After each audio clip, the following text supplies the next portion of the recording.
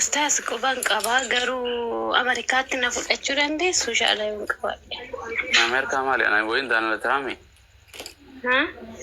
Donald Trump. Kira dabarsite benten. Maal jette? Wangeela. Yohaannis 14 12. Yohaannis 14 12. Ayye. Bilbila sit cafa kana deh.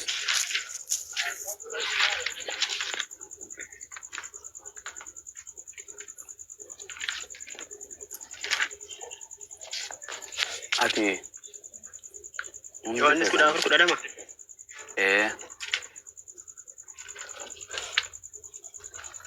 Tole. Si dubbisu?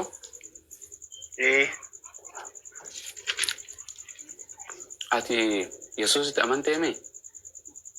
Sirriitti malee dhibbatti nama ne Yesus malee maalan qaba biyya lafaa kanarra. Amen, amen, amen. Hayye akkana jedha. Dhugumaan isiniin jedha jedhe Yesus. Yesus akkana jedhame. Namni anatti amanu waan namni anatti amanu waan ani hojjedhu hundumaa hin hojjeta. Ani gara abbaa waan naquuf gara abbaa. Gara abbaa waan naquuf kan irraa kan caalu iyyuu hin hojjeta. Abbaan ilma isaatiin ulfina akka argatutti waanuma isin maqaa kootiin kadhattanii an nan raawwadha. Agarte? Hayye. Amma dhageeffadhu hayye. Kana kan gochuu danda'u eenyudha? Dhaabbadhu. Yesuusidha jechuudha. Dhaabbadhu ka. Yesuus beeke. Waan siin jedhe. Yesuusitti namni amanumaan raawwata jedhe Yesuus. Namni anatti amanumaan raawwata jedhe. Waan ani godhu hundumaan raawwataa jedha. Yesuus Kiristoos du'aa kaasee moo kaasne hojii isaatirraa dinqii isaarraa. Kaase malee du'aa kaaseeraa jaamaa baneera. Gooba. Jaamaa baneera. Ati Yesuus inni amantaame? Sirriitti maalan namatti nama naara Yesuus. Waan Yesuus raawwatu hunda raawwataame? Nan raawwadha iyyee. Yesuus caalaallee ni raawwataame akka boqonnaa kanatti ana caalaallee ni raawwatan jedhee miti namni natti amanu. Ni caala Yesuus caala jechuun more than Jesus Christ miti. Okay. Namni Yesuus du'a qabrii keessaa kaasee moo kaasne? Kaaseera. Hacaaluu kaasuu hin dandeessaa? Hacaaluu? Jechuun ani nama barikoo. Inni garuu nama ta'ee bifa akka jedhe dhaggeeffata. Amma hin geeddarin akka jedhe namni natti amane waan ana hojjedhu hunda ni raawwata ana caala raawwata jedheemi. Yesuusitti amante moo namanne? Amane anna Yesuusitti. Okay, eega amante waan Yesuus raawwate haa caaluma qofa kaasuu ni dandeessa waan hunda hin godhin haa caaluu qofa ni kaasta. Eeyyee yookaan miti naan jedhe. Ani namadha fakkee inni bifa waaqa uffatee jira. Yesuusitti amante uffatee jira. Dhaggeeffadhu eenyu dubbachuu Yesuus Kiristoos barattoota isaatiitti warra isa duuka bu'u dubbachuu namni anatti amanu jedha irraan si deebi'a. Namni anatti amanu waan ani raawwadhu hundumaa hin hojjeta jedheemi. Jedhe kaabbo. Jedhe ka. Itti cabsee. Yesuusitti amante namni Yesuus amane waan hunda raawwata haa caaluu du'a kaasuu hin dandeessaa? Kuni akka biyya lafaatti ilaali dhaggeeffadhu. Biyya waaqaas hin gaafanne Yesuus biyya lafaarra dubbate biyya lafaarratti raawwata jedhe hin raawwata hundaa miti takka bichaa haa caaluu kaasuu hin dandeessaa? Amma isinii dhaggeeffadhu keezii nu dhiisi boqonnaa kana dubbatu na dhiisi please waa'ee kiyyaan dubbatin waa'ee caafata keewwata kanaa qofa dubbadhu. Dinki yoo dinkisaa waan walii galuu qabnu tokko maal dhabeettu isin? Hayyee rabbi anaa dhufu welcome. Yeroo baay'ee dhiifama naa godhanii yeroo dhufu fudhadhu. Haacee jedhame. Biiftuu cufadhu mee kaan dura. Biiftuu dubbisame. Dhiifama takka. Ijoolleen Hayyee caafde. Takka wallahi biiftuu nagaan siifadha. Fayyaadha. Ustaas fayyaa keessanii. Alhamdulillah galanni isaaf haa ta'u akkamati baga obboroo isaa kana geesse. Ganamarraa kaasee nagashaa jechaan ture garuu nan galchine. Wallahi isin argine ana amma ifi firrii baafin deemu jira halkan walakkaadha na bira Ameerikaa. Lati riba quuftee kaatee nagaan foonii fi hafuuraan. Maal jetti? Naguma. Shaadaa qabachuu barbaade. Allahu akbar. Allahu akbar. Barii kee. Wallahi maasha namni si dirqee jira yaa biiftu. Haa?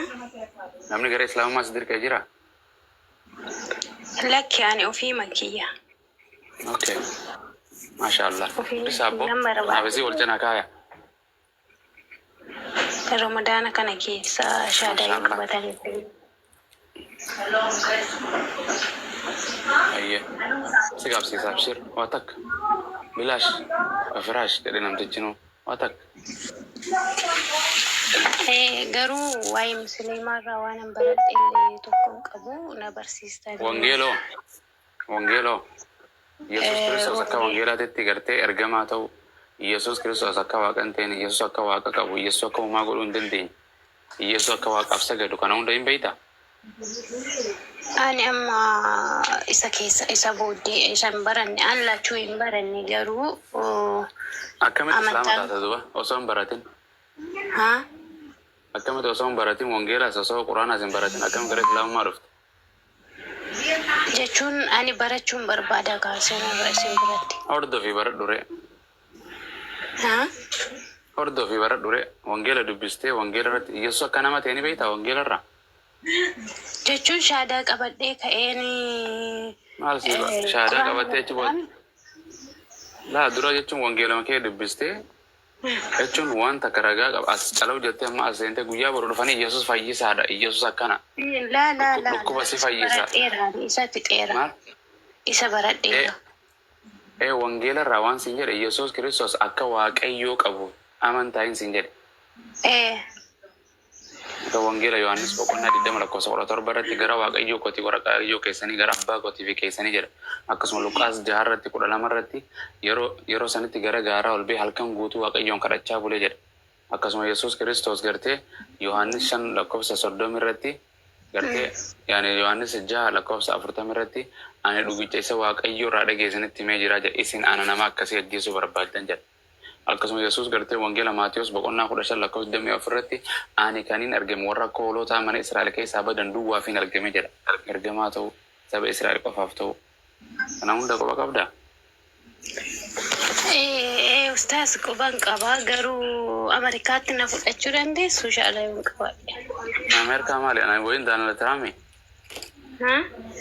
Doonaald Tiraamp. Beekaa dhiisaa jiran wallahi Doonaald Tiraamp dhaabbata warra ispoonsara namaa godhu. Nuti bari smaartii bari jedhan. Nuti waan qotta haleeluyyaa. Dubartii waan akkamiin shawwaddu dhiirti peenteetu nun shawwaddu.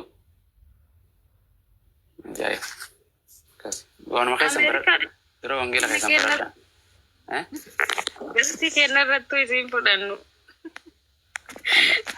Ani isaan Ameerikaa fi durii mana kiyyaa hin fidu. Ustaas warri Ugaandaa iyyuu fudhatani kana. Fudhatan. Ugaandaa maali? Maadaamii nun fudhattu xalaba deddeemuu jirti. Ramme, salaam alaikum. Waalaikum salam warahmatullahi wabarakatuh. Raji dinki dha. Ada dinki warra inde guyyaa hunda bar waa dalagaa olla. Namni tokko tokko harka ol qabu fi miila ol qabu eegale bara namoota. Shaadaa jalaan qabsiifnoo fe'anuti.